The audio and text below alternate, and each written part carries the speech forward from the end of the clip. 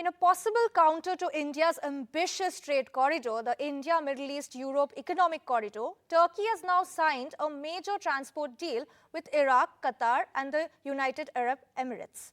The development road project, which aims to link Iraq to Europe roughly 6 months after Turkey was excluded from the IMEC deal.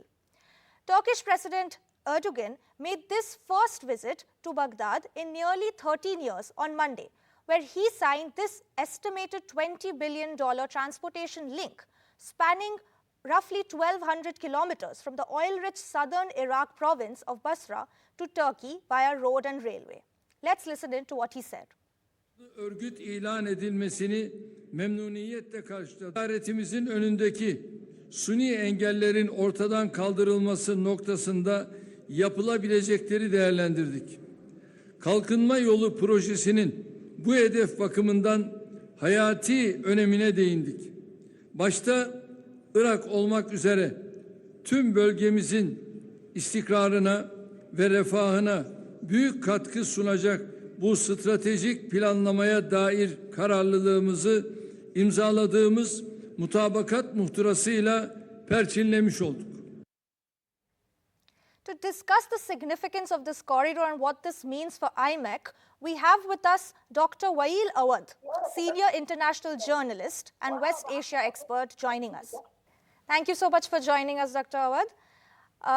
Firstly, I want to talk about what the significance of this transport corridor between Turkey, Iraq and UAE and Qatar. What does this mean, not just for the region, but also for India and the IMEC project?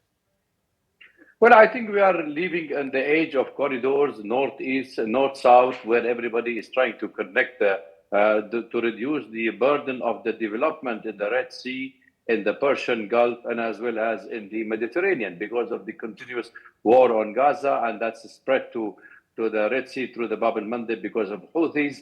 And now with the tension in the Persian Gulf, these are all rising tensions in this part of the world.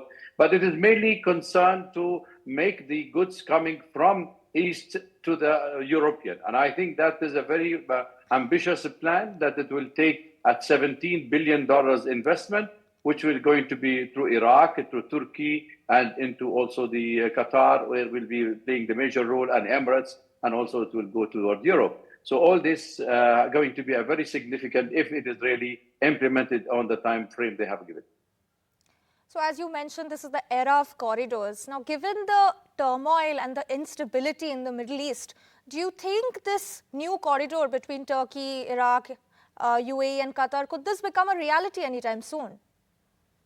Well, I think they are trying to make it because, see, the United States and the European are trying to find an alternative to the Chinese Silk Route, whether they have started, as you remember, with the IMEC, India, Saudi Arabia, UAE, and then Jordan to Israel and to the rest of the Gulf. So now, because of Iraq, rich in oil and gas, and that is also will be a very significant for the European because they are no more relying on the Russian gas. So that can be of help for their energy requirement. Having said that, I would say that all this have been done because also Turkey have been witnessing a reduction in the trade with Iraq. That, you know, Turkey eyeing the lots of Iraqi part, like Kirkuk for them in the Kurdistan, Iraq, like Mosul. They think that these are two cities of Turkey, and the Turkish have been involved in lots of security activity and attacks and violation of the sovereignty of Iraq territory. So there are lots of complicated matters in this, but I think because of the pressure from the United States and also from Erdogan himself personally, where he is also facing loss at the elections, so there may be his era is over, but I don't think that it will be much of a significant, because if this plan is already signed with the government, it will take place and it will take long time to implement. Right. So one last question. This was the Turkish president's first visit to Iraq in over a decade. So and it also signified closer ties between Turkey and Iraq. So what do you think this means for the world?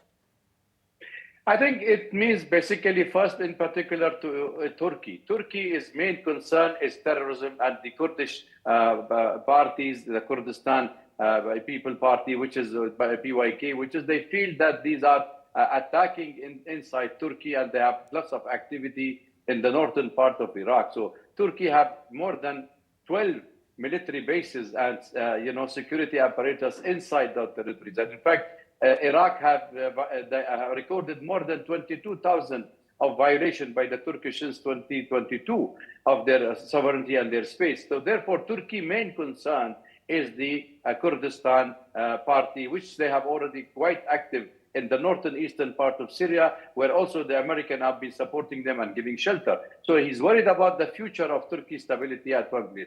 But for the global trade, it is a very welcome development, because any development of a corridor which is good and bring prosperity for the region, and when there are more stakeholders involved, by the way, it makes more sense that there will be more stability and security. Without security and stability, no business can prosper in this part of the world. Well, thank you so much, Dr. Awwad, for joining us.